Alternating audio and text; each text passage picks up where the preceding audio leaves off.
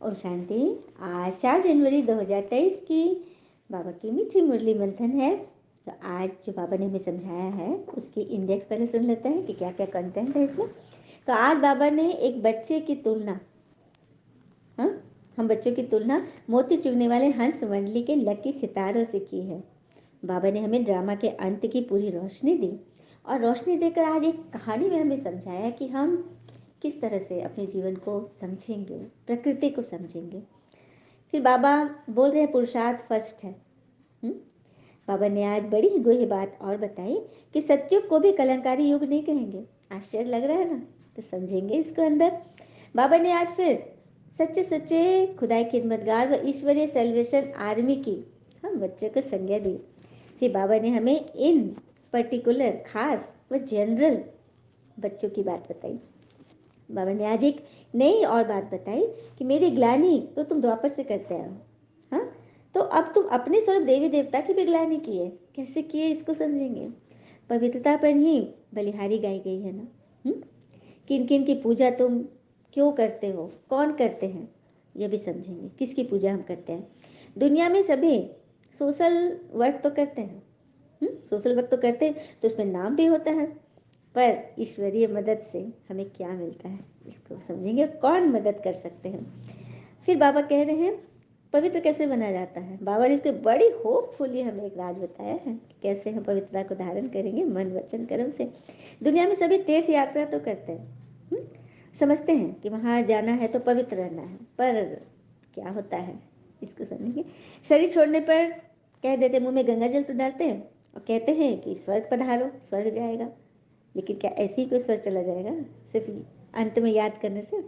हम मनुष्य जब दुखी होते हैं तो भगवान को क्यों याद करते हैं, याद की विधि क्या है, हाँ, इसको समझेंगे। माया से हार भी सूक्ष्म है तो जीत भी सूक्ष्म है। ये हमारी युद्ध कोई हिंसक युद्ध नहीं है, इसको बाबा ने बहुत अच्छे से क्लियर किया। और पक्के वैष्णव कौन है? कोई अगर वैष्णव है तो वो समझे कि पक्के वैष्णव बाबा किनको कहते हैं। और माताओं की बाबा ने उनकी सर्विस की तो इतनी महिमा की है कि बात मत पूछो, मज़ा आ जाएगा। फिर रुद्र ज्ञान यज्ञ के नाम पर बाबा ने सफाई दी है, किनसे उनकी तुलना नहीं की जा सकती, ये समझेंगे। और छोटी छोटी अवज्ञाओं के बोझ को समाप्त कर सदा समर्थ और चरित्रवान बनने की बाबा ने हमें वरदान दिया और इसके विस्तार में हमें पूरी अच्छी रीति समझाया। और सर्व का सम्मान कैसे मिलेगा, कैसे मिलेगा? सर्व का सम्मान सबको चाहिए, तो उसकी विधि है ना। तो चलिए सभी अपनी सीट के बेल्ट बांध लीजिए और हम भगवान की, भोले बाबा की मुरली की, ज्ञान की ऊंची चढ़ाई चढ़ने वाले हैं। ठीक है, समझेंगे कि भगवान ने हमें इन डिटेल क्या बात समझाया है, विस्तार से सुनेंगे। बाबा कहते हैं मीठे बच्चे, तुम मोती चुगने वाले हंस हो, तुम्हारी है हंस मंडली, तुम लकी सितारे हो, क्योंकि स्वयं ज्ञान सूर्य बाबा तुमको सम्मुख पढ़ा रहे हैं। तो हंस की क्या विशेषता होती है? हंस और बगुला देखने में एक जैसा ही होता है, लेकिन सागर किनारे हंस चुगेगा मोती और बगुले चुगेंगे मच्छी, कंकड़ पत्थर। लेकिन हम हैं मोती चुगने वाले, अर्थात मोती अर्थात गुण, सभी के गुण देखने हैं, गुण देखनी, विशेषता देखनी है, क्योंकि हमें स्वयं भगवान बैठ पढ़ा रहे हैं। प्रश्न, बाबा ने सभी बच्चों को कौन सी रोशनी दी है जिससे पुरुषार्थ तीव्र हो गया? किस रोशनी से हमारा पुरुषार्थ तीव्र हो गया? तो भगवान ने रोशनी दी है, बच्चे अब इस ड्रामा के अंत है, तुम्हें नई दुनिया में चलना है। कल भी बाबा ने क्या बोला था कि बच्चे इस जमाने में दुख ही दुख भरा है, तुम अब नए जमाने को याद करो, नई सत्य की दुनिया, नए दैवी संस्कार को याद करो, राजाई को याद करो। कि तुम्हें नया मकान बनता है तो कैसे हमारा ध्यान उधर चला जाता है। नहीं, ऐसा नहीं सोचना कि जो मिलना होगा वो मिलेगा, क्योंकि बाबा कह दिए कि तुम तो कल्प कल्प की विजयी हो, कुंडली में लिखा गया है कि हम विजयी हैं। तो क्या हम पुरुषार्थ न करें? कोई बच्चा के कुंडली में कि मैट्रिक में एकदम फर्स्ट क्लास नंबर लाएगा और वो स्कूल ही न जाए, पढ़ाई नहीं करे, तो क्या आ जाएगा नंबर? पुरुषार्थ तो करना है ना। इसीलिए पुरुषार्थ है फर्स्ट, बाबा ने इसको क्लियर किया। और बाबा कह रहे हैं तुम्हें खुद भी पवित्र रहना है, औरों को भी पवित्र बनाना है, बहुत बड़ी सेवा है। यह रोशनी आते ही तुम बच्चों का पुरुषार्थ तीव्र हो जाएगा। तो कौन सी रोशनी, किस रोशनी की बात कर रहे हैं? चलिए एक प्रसंग से हम समझते हैं इसको। बहुत समय पहले की बात है, एक राजा ने अपने बेटे को अच्छा शासक बनाने के मकसद से एक गुरु के पास भेजा। ठीक है, गुरु ने कुछ देर अपने साथ रखने के बाद युवराज को 1 साल के लिए जंगल में अकेले रहने के लिए भेज दिया। यह युवराज वहां से लौटे तो मास्टर ने पूछा, बताओ तुमने जंगल में क्या देखा, क्या सुना? तो उसने कहा, मैंने कोयल की कूक सुनी, नदियों की कलकल सुनी, पत्तियों की सरसराहट सुनी, मक्खियों की गुंजन सुनी, झींगुरों का शोर सुना, हवा की धुन सुनी। युवराज अपना अनुभव सुनाता चला गया। जब युवराज ने सारी बात पूरी कर ली तो गुरु बोले, अच्छा अब तुम एक बार फिर 1 साल के लिए जंगल जाओ, तुम्हें कुछ और नई आवाजें सुनाई देगी। वह फिर से 1 साल के लिए जंगल चला गया, फिर वहां से लौटा। हाँ, तो पूछा कि क्या सुना तुमने? हाँ, तो उस दिन उस साल भी बोले कि नहीं, वही सब बातें बोला। तो उसको फिर से गुरु बोले कि जाओ, वापस लौटा तो बोले तुमको फिर से जाना है। हाँ, तो जब वो वापस लौटा तो बोला, पहले भी मुझे ध्वनियाँ वही सुनाई दी जो पहले देती थी, लेकिन एक दिन जब मैंने बहुत ध्यान से सुना तो मुझे सुनाई दिया कि पहले वो सुनाई दिया जो पहले कभी नहीं सुनाई दिया। मुझे कलियों के खिलने की आवाज़ सुनाई दी, मुझे धरती पर पड़ती सूर्य की किरणें, तितलियों के गीत और घास द्वारा सुबह की ओस पीने की ध्वनियाँ सुनाई दी। यह सुनकर वो गुरु खुश हो गए और मुस्कुराकर बोले, अनसुने को सुनने की क्षमता होना एक अच्छे राजा की निशानी है, क्योंकि जब कोई शासक अपने लोगों के दिल की बात सुनना सीख लेता है, बिना उसके बोले उनकी भावनाओं को समझ लेता है, जो दर्द बयान न किए जाए उसको समझ लेता है, अपने लोगों की अनकही शिकायतों को सुन लेता है, केवल वही अपनी प्रजा का विश्वास जीत सकता है, कुछ गलत होने पर उसे समझ सकता है और अपने नागरिक की वास्तविक आवश्यकताओं को पूरी कर सकता है। तो देखा, अनसुने को सुनने की कोशिश। तो परमात्मा क्या है? निराकार भगवान। और हमें क्या सुना रहे हैं? अंदर आत्मा की आवाज़ सुना रहे हैं कि आत्मा को क्या चाहिए, आत्मा किस रोशनी की चाहना रख रही है, उस रोशनी को दे दो तो तुम्हारा पुरुषार्थ तीव्र हो जाएगा। गीत है, तू प्यार का सागर है, तेरी एक बूंद की प्यास हम, तू प्यार का सागर है। इस गाने की पूरी गीत की वीडियो इसी चैनल पे है, आप सब जरूर देखेंगे। ओम शांति। बच्चे जानते हैं कि प्यार का सागर, शांति का सागर, आनंद का सागर, बेहद का बाबा सम्मुख बैठ हमको शिक्षा दे रहा है। बच्चे तो पहचान ही गए ना। कितने लकी सितारे हैं जिनको सम्मुख ज्ञान सूर्य बाबा पढ़ा रहे हैं। अब जो बगुला मंडली थी वो हंस मंडली बन गई, और हम ही बगुले थे जो पहले हर एक की अवगुण दिखता था, क्योंकि मन पर शक्ति नहीं थी, मन को संभालने की शक्ति नहीं थी, मन से बात हटाने की शक्ति नहीं थी। अब वही बगुला मंडली हंस मंडली बन गए हैं, मोती चुगने लग गए हैं ना, गुण देखने लगे। फिर बाबा कहते, याद है तुम्हें 5000 वर्ष पहले भी हम आपस में इसी नाम रूप से मिले थे, यह तुम अभी कह सकते हो, फिर कभी भी कोई जन्म में नहीं कहोगे। यह बातें हम सिर्फ संगम पे ही कहेंगे कि भगवान हमसे फिर से मिल रहा है, आत्मा परमात्मा का फिर से मिलन हो रहा है, यह सिर्फ हम संगम पे कहेंगे। न सत्युग में कहेंगे, न त्रेता में, न द्वापर में, न कलयुग में। 5000 वर्ष के बाद हम कह रहे हैं, क्योंकि इसी संगम पे भगवान आते हैं और हमें पढ़ाते हैं। और जो ब्रह्मा कुमार कुमारियाँ हो ना तुम सभी, वो सब भी कल्प कल्प मिले हो, इसलिए तो एक दो को पहचानते हो। बाबा आप भी वही हो, हम आपके बच्चे भी वही हैं, कि कल्प कल्प नूंद है, जिनका पाठ है वही आएंगे। सत्युग लक्ष्मी नारायण ऐसा थोड़ी कहेंगे कि हम वही कल्प पहले वाले लक्ष्मी नारायण हैं। वो प्रजा थोड़ी कहेगी, नहीं, वहाँ तो ये ज्ञान ही नहीं है। यह ज्ञान सिर्फ संगम पे है, जो भगवान आकर हमारे ज्ञान चक्षु खोल रहे हैं, तीसरा नेत्र दे रहे हैं। हाँ, कलयुग और सत्युग के बीच का यह है संगम युग, और यह बहुत कल्याणकारी युग है। सत्युग को व कलयुग को कल्याणकारी नहीं कहेंगे। अच्छा, ये प्रश्न था ना, क्यों नहीं कहेंगे कलयुग को, सत्युग को भी कल्याणकारी? क्योंकि सत्युग से हम धीरे धीरे नीचे उतरते हैं, वहाँ से हमारा कल्याण नहीं होना है, वहाँ तो कल्याण का प्रारब्ध हमें मिला है, वहाँ तो सिर्फ भोगना है, नई पुण्य कमाने नहीं है वहाँ।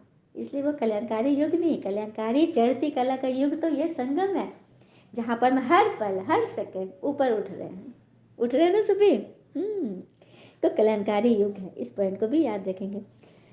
फिर बाबा कह रहे हैं कि ईश्वरीय सेल्वेशन आर्मी हो, सच्चे सच्चे खुदाई खिदमतगार हो, खुदा की खिदमत, खुदाई की खिदमत में तुम लगे हुए हो भगवान के साथ। ईश्वरीय सेल्वेशन आर्मी हो, सभी की रक्षा कर रहे हो।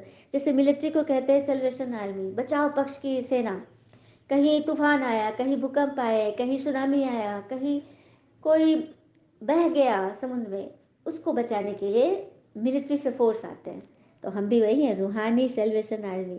हम आत्मा जो दलदल में जा रही है, आत्मा जो भूकंप में गिर रही है, आत्मा जो फंस रही है, हम उसको बचाने वाले आर्मी हैं। ईश्वर आकर माया से हमको लिबरेट करते हैं। अभी बाबा ने कहा तुम हो इन पर्टिकुलर, अर्थात खास, और दुनिया तो इन जनरल है, आम है, तो सबको माया की जंजीरों से छुड़ाता हूँ। तो तुम छूटते हो योग बल से, और वो लोग छूटते हैं भोग बल से, क्योंकि गंदगी आत्मा में गंदगी है, खाद बड़ी है, तो हम योग बल से उसकी सफाई कर ले रहे, प्यार से, स्नेह से। और जो नहीं जानते हैं, भगवान को नहीं मानते, कहो तो भी नहीं पहचानते, तो फिर भोग बल से सजाए खाकर तो उनकी गंदगी भी छूटना ही है। तो ये बाबा कहते हैं तुम हो इन पर्टिकुलर खास, और दुनिया है इन जनरल आम, सभी को छुड़ाता हूँ। ये भी ड्रामा में नूंद है। बाबा कहते हैं मैं भी ड्रामा में बंधा हुआ हूँ, यदा यदा ही धर्मस्य लिखा हुआ है ना, भगवान का आना पड़ता है, लेकिन उसमें एक गलती कर दी है, युगे युगे लिख दिया है। परमात्मा युगे युगे नहीं आते हैं। इस बात को भी कई बार मंथन में क्लियर है कि सत्युग के बाद त्रेता, सत्युग में 16 कला, त्रेता में 14 कला, 2 कला कम होगी। अगर परमात्मा सत्युग और त्रेता के बीच में आए, दोनों युग के बीच में, तो परमात्मा आगे तो 2 कला कम कर दिए, तो ग्लानि है ना। फिर त्रेता के बाद द्वापर में सीधे 8 कला हो जाती है, मतलब गुण वर्चुस खत्म हो रहे हैं। तो परमात्मा अगर त्रेता और द्वापर के संगम पे आए, बीच में आए, तो वहां आकर फिर 8 कला तक आ गए, एकदम आधा ही गुण खत्म कर दिए। और अगर द्वापर और कलयुग के बीच के युग में आए, तो उसमें तो अब कलयुग में तो कोई कला है नहीं, तो कितनी ग्लानि है ना। तो युगे युगे नहीं है परमात्मा, कल्प कल्प आते हैं, कल्प के युग आते हैं, ठीक है।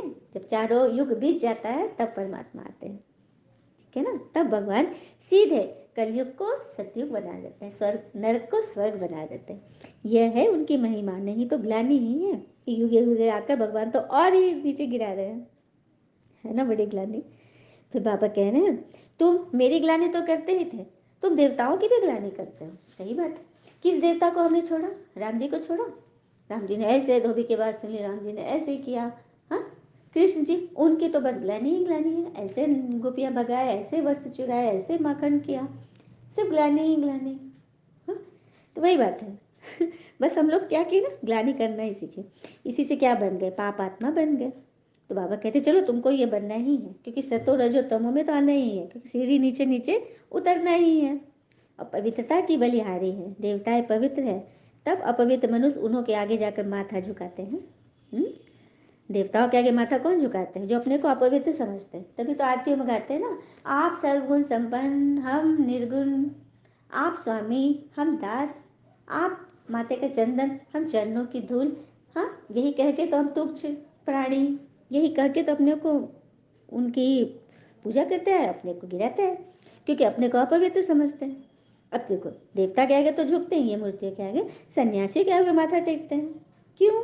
क्योंकि वो लोग पवित्र रहते हैं, पवित्रता की ही बलिहारी है। मरने के बाद भी सन्यासियों की, देवताओं की यादगार मूर्तियां बना के पूजा करते हैं। फिर है कोई जिस्मानी काम तो बहुत करते हैं, मतलब सोशल वर्क बहुत करते हैं, हॉस्पिटल खोले, कॉलेज खोले, और भी आश्रम वगैरह खोले, तो उनका भी तो नाम होता है, बहुत नाम होता है। लेकिन सबसे बड़ा नाम तो उनका है जो खुद को पवित्र बनाते और ईश्वर का मददगार बनते। क्या बात है, क्या बात है। सबसे बड़ा मददगार, सबसे बड़ा रूहानी सोशल वर्कर तो बाबा के बच्चे हैं, जो भगवान की मदद करें, भगवान की सेवा में उनके राइट हैंड बने हुए, है ना, बड़ी बात। फिर बाबा कहते हैं तुम पवित्र बनते हो उस एवर प्योर के साथ योग लगाने से। कैसे पवित्र बनेंगे? जब भगवान के साथ योग लगाएंगे, उनको याद करेंगे, और जितना जितना तुम योग लगाते जाएंगे उतना तुम पवित्र बनते जाएंगे। क्योंकि कहते हैं ना, जिसके साथ नेह जुड़ेगा उसकी वाइब्रेशन तो आएंगे ही आएंगे। कल भी बोला गया था ना मंथन में, जिसको हम याद करेंगे वो चिंता की अवस्था में है, तो उसकी टचिंग हमें हो जाएगी, क्योंकि हमने अपना डेटा उनके साथ मैच कर दिया, सारा कवरेज वहाँ से आने लग गया, डाउनलोड हो गया। तो किसका डाउनलोड करें हम? परमात्मा को डाउनलोड करें। उनके साथ मिलेंगे ना, उनके साथ कनेक्ट होंगे, अपना इंटरनेट वहाँ कनेक्ट करेंगे, तो सारी शक्तियाँ ना हम उनसे ड्रेन आउट करते रहेंगे, खुद में भरते रहेंगे। लेकिन वो खाली कभी नहीं होंगे, क्योंकि वो अखूट है। जितना ले लो मिलते जाएगा, मिलते जाएगा, रुकेगा ही नहीं, है ना। ईश्वर का पात्र है। तो ये तो जितना हम योग लगाते जाएंगे उतना पवित्र बनते जाएंगे, तभी तो अंतमति सुगति होगी। अंत समय ईश्वर की याद से ही तो हमारा बेड़ा पार होगा। तो अंत से मृत्यु के समय नहीं, अभी अंत का समय आ गया है। अभी जब तक इतना जीवन है, जितनी आयु बची है, उसमें हम भगवान को याद करते जाए। दुनिया में तो जब मरेंगे ना, तब भगवान की याद दिलाएगा, अरे भगवान को याद करो। उस समय पता भी नहीं होगा कि कौन से भगवान को याद करे तो स्वर्ग जाएंगे, ये भी नहीं पता है, क्योंकि प्रैक्टिस ही नहीं, पता ही नहीं ना, भगवान का ही पता नहीं तो क्या मिलेगा। ऐसे थोड़ी कि बस लास्ट समय याद कर लिए तो बैकुंठ चले जाएंगे, ऐसा होगा क्या? स्वर्ग कैसे पहुंचेंगे? हम बच्चों को मालूम है, याद से बनेंगे, ज्ञान से बनेंगे। हाँ, आत्मा के सारी खाद मिटाएंगे ना, पवित्र बनेंगे, तभी जाएंगे स्वर्ग, नहीं तो मुक्ति धाम में ही लटके रहेंगे, परम धाम में। फिर बाबा कह रहे मनुष्य जब दुखी होते हैं तो परमात्मा को याद करते हैं, परंतु है देह अभिमानी, याद करती है देही। अगर परमात्मा सर्वव्यापी है तो फिर आत्मा क्यों याद कर रही है? क्या बात है। अगर परमात्मा सर्वव्यापी है, आत्मा में ही परमात्मा, यही ना है भक्ति के लाइन, शास्त्रों के लाइन यही ना है कि परमात्मा हर एक आत्मा के अंदर है। तो फिर आत्मा याद किसको कर रही है? जब उसके साथ ही है, अंग संग ही है, तो आत्मा याद किसको कर रही है? ये तो एकदम बुद्धि के बल जलाने वाली बात है। सबको ऐसे करके समझाना है कि किसको आत्मा याद कर रही है फिर। हाँ, है ना बड़ी बात। इसलिए आज परमात्मा सर्वव्यापी नहीं है।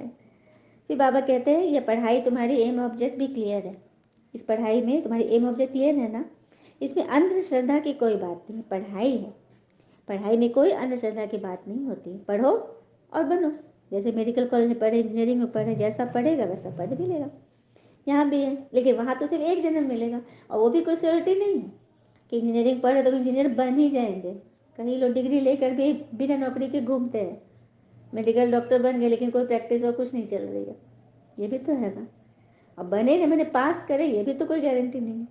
लेकिन यहाँ अगर हम सही ढंग से स्कूल में एडमिशन लें और सही रीति से चले, ईश्वर विश्वास करके चले, तो 100% गारंटी है कि हम स्वर्ग आ जाएंगे। लेकिन पद मिलेगा पढ़ाई के अनुसार, जैसा पढ़ेंगे वैसा पद मिलेगा। फिर बाबा कह रहे हैं तुम्हारी न कोई हिंसक लड़ाई है, कोई लश्कर है, बस हार जीत का खेल तो है, लेकिन कोई हथियार आदि नहीं है। तुम्हारी हार भी सूक्ष्म है तो जीत भी सूक्ष्म है, क्योंकि माया के हारे हार और माया से जीते जीत है। यहाँ कोई हिंसक लड़ाई नहीं दिखाएगी। कल बाबा ने परसों की मैंने बोला था ना कि मैं कोई लड़ाई करना व जुआ खेलना नहीं सिखाता, ये सब तुम्हारे अंदर के विकर्म है जो तुम अपने उल्टे कर्म करते हो। तो तुम्हारी हार भी माया से है तो जीत भी माया से है, ठीक है। सूक्ष्म, अंदर आत्मा जीत रही है ना, आत्मा खेल रही है, आत्मा के साथ हार जीत है, शरीर के साथ नहीं है। आत्मा माया से जीत रही है, तो आत्मा तो सूक्ष्म है।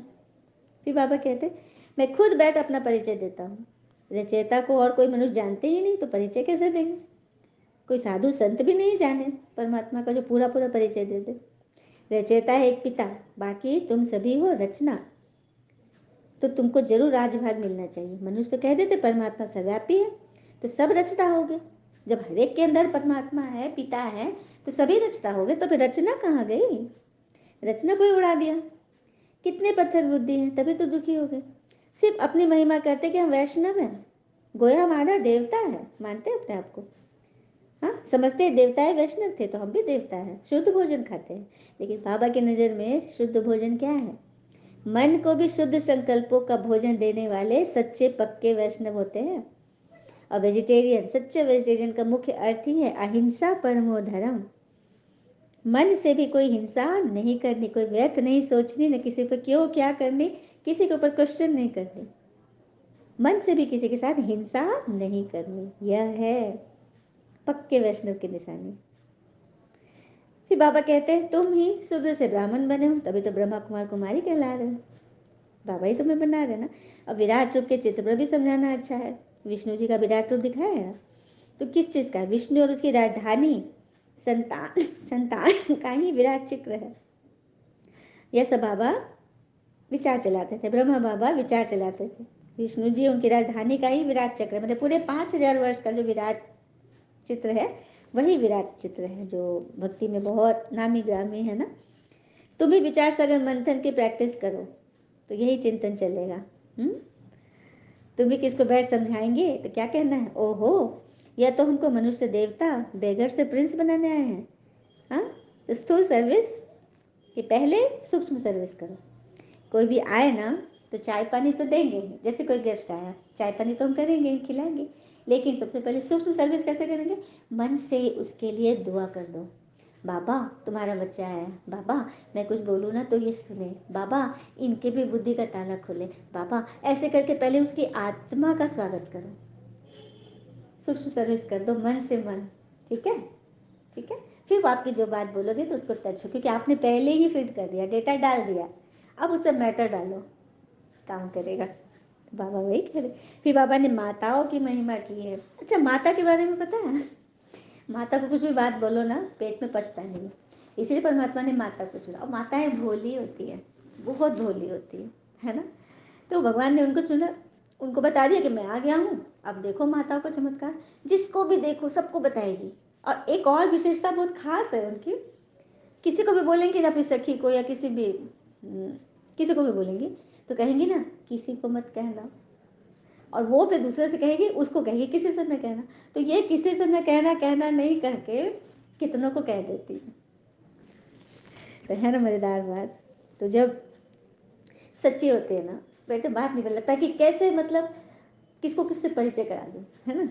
तो यहाँ भगवान की बताने की बात है, तो माताएं तो आगे कैसे नहीं रहेंगी। तो बाबा बोल रहे हैं सब्जी वाले, अनाज वाले, नौकर आदि सबको समझाना। बच्चियाँ ये कर भी रही हैं, सभी लोग कर रहे हैं ना। तो कोई रह न जावे कि उल्हा न देवे। सर्विस में दिल की सच्चाई चाहिए, बाबा से पूरा योग चाहिए, तब धारणा हो सके। तो वक्त सामग्री चीज़ें भर कर फिर पोर्ट पर स्टीमर डिलीवरी करने जाए। स्टीमर जो डिलीवरी सामान गुड्स का जो लेके जाता है तो पूरा भर जाएगा तब तो लेके जाएगा, आधा कचरा सामान थोड़ी ले जाएगा। तो अपने अंदर अपने मन बुद्धि में पूरे ज्ञान की सामग्री एकदम लबालब करके भर लो, सारी मुरलियों एकदम तुमको एकदम कंठस्थ हो जाए, सब ऐसा याद हो जाए ना कि बस जहाँ बोलो कि क्या बोले बाबा ने आज, बस निकलने लगे सारा सामान धर धर धर धर, है ना। बड़ी बात। बाबा ने बोला था ना कल स्वर्ग का पासपोर्ट मिलेगा, तो पासपोर्ट के साथ एक वीज़ा भी होता है। तो पासपोर्ट तो हो गया कि आप रजिस्टर्ड हो गए वहाँ जाने के लिए विदेश, लेकिन वीज़ा होता है कि कितने दिनों कितने महीनों के लिए जाते हैं। ठीक है, तो भगवान हमें पासपोर्ट पे दे रहे हैं और फिर वीज़ा मिलेगा हमारे पुरुषार्थ पर। ठीक है, कि कितने जन्म के लिए जा रहे हैं। ठीक है, 21 जन्मों का हमें वीज़ा भी बाबा दे रहे हैं साथ में। चलेंगे ना सभी। शिव बाबा द्वारा विष्णुपुरी की स्थापना हो रही है, कितना साफ है। फिर बाबा ने रुद्र ज्ञान यज्ञ बोला, कृष्ण ज्ञान यज्ञ नहीं बोलते हैं, क्योंकि रुद्र ज्ञान यज्ञ से विनाश ज्वाला प्रज्वलित हुई थी। कृष्ण जी तो यज्ञ रचते नहीं है, वह तो 84 जन्म लेने वाले हैं, उनका नाम रूप बदल जाता है, और किसी रूप में श्री कृष्ण तो हो न सके। हर एक जन्म में उनका अलग अलग रूप होगा, 84 जन्म है, और लास्ट जन्म है ये ब्रह्मा बाबा। हाँ, अच्छा मीठे मीठे बच्चों प्रति भगवान की नमस्ते। हम बच्चों की भी प्यारे बाबा को नमस्ते। धारणा के लिए मुख्य सार, पहले पॉइंट, सच्चे सच्चे खुदाई खिदमतगार अथवा ईश्वरीय सेल्वेशन आर्मी बन सबको माया से लिबरेट करना है। इस जीवन में कौड़ी से हीरे जैसा बनना और बनाना है। सच्चे सच्चे खुदाई खिदमतगार अर्थात भगवान की सृष्टि, इस दुनिया की खिदमत की सेवा करने वाले हम भगवान के मददगार राइट हैंड बच्चे हैं, और ईश्वरीय सेल्वेशन आर्मी है जो माया से सब कुछ छुड़ाते हैं।